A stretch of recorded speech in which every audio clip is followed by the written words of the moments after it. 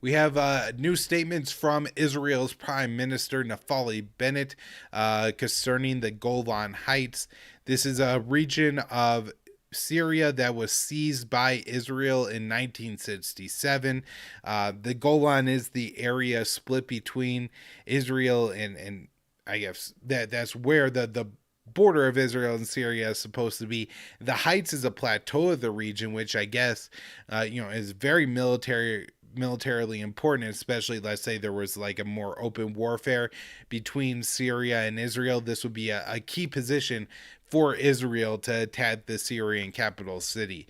And so with that, in 1967, it was seized by Israel and, kept in, just by Israel the entire time. They've resettled 25-ish thousand people in the region during that time, making them about equivalent with the population of that area before. I think they're mostly Druze.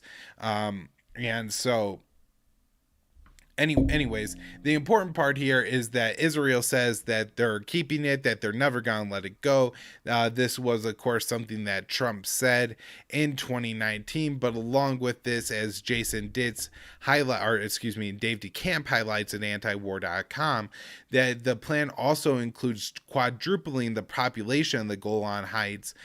So again, I think he says about 27,000 now, so that's about 100,000. This is the kind of really disgusting population redistribution that are war crimes and create real problems that can never be solved, right? Or they're going to move a whole bunch of people to the Golan Heights, and those people are going to take the homes and invade the neighborhoods of the people who already live there. And then going forward, who's going to control this territory? Ultimately, I think it's Israel's way of making this essentially an 100% never again able to question Israeli territory and driving out the native population of the area. All right.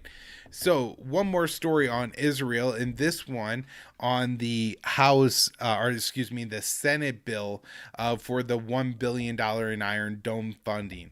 This was last week that this story came out, so they may be moving forward pretty quickly in the Senate with the actual vote on this bill. But the Senate Foreign Relations Committee Chairman Robert Menendez tried to set up an extradited vote with only 2 hours of debate on the bill instead of the days-long floor process, saying that there is no conceivable reason why anyone in this chamber on either side of the aisle should stand in the way of the U.S.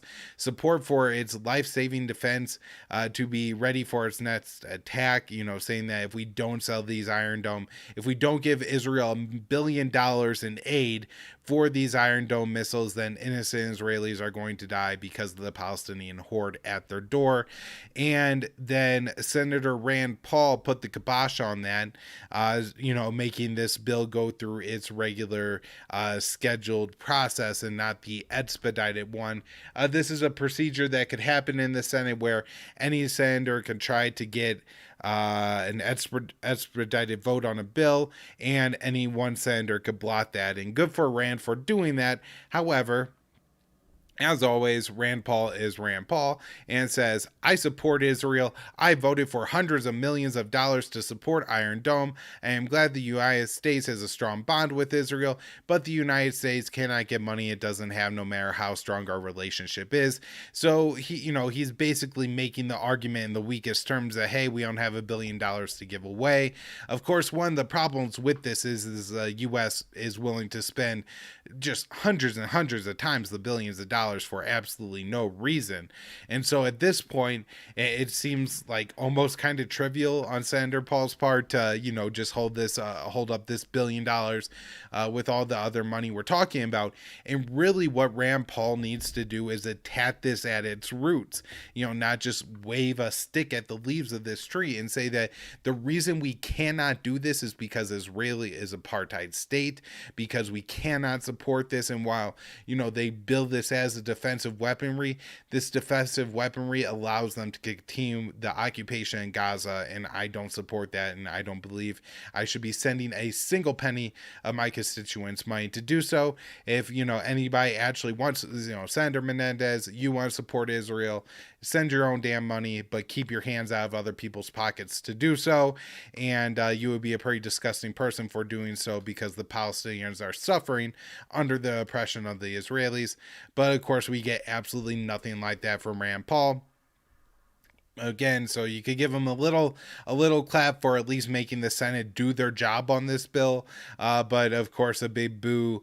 And what you expect from Rand Paul so often, unfortunately, is that he will go along with like the consensus and a lot of the consensus rhetoric, and only stand on it on these like one little particular issues.